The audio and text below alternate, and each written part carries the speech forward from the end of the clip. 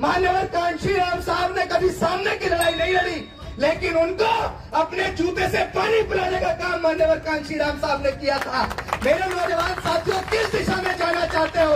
ये शासन प्रशासन तुम्हारी गुलामी करेगा अगर इस देश में शासन सत्ता की ओर बढ़ोगे।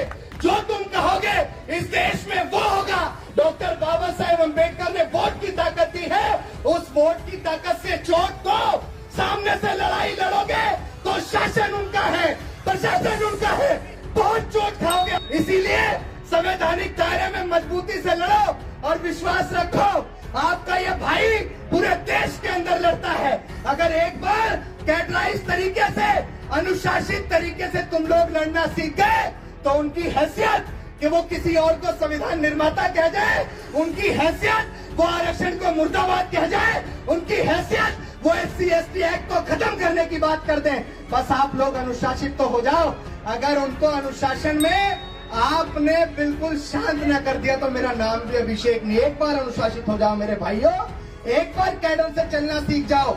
जो दर्द, जो उबाल तुम्हारे अंदर है, ऐसा उबाल हम भी अपने अंदर रखते हैं, लेकिन हमारे लोगों को चूल्हे में नहीं डालना है, हमारे लोगों को आग में नहीं झोंकना है। ऐसा लीडर, ये हमारी रिस्पॉन्सिबिलिटी है। हमारा समाज सुरक्षित रहेगा तभी तो आगे की दिशा में काम कर पाएंगे।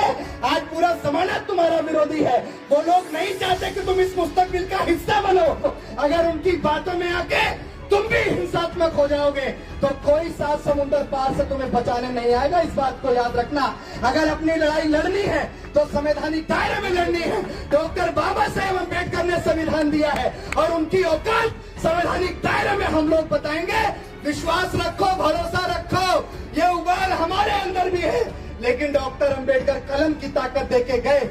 इस कलम से सबको सबक सिखाएंगे, सबको सबक सिखाएंगे। पूरी मजबूती से भरोसा रखो।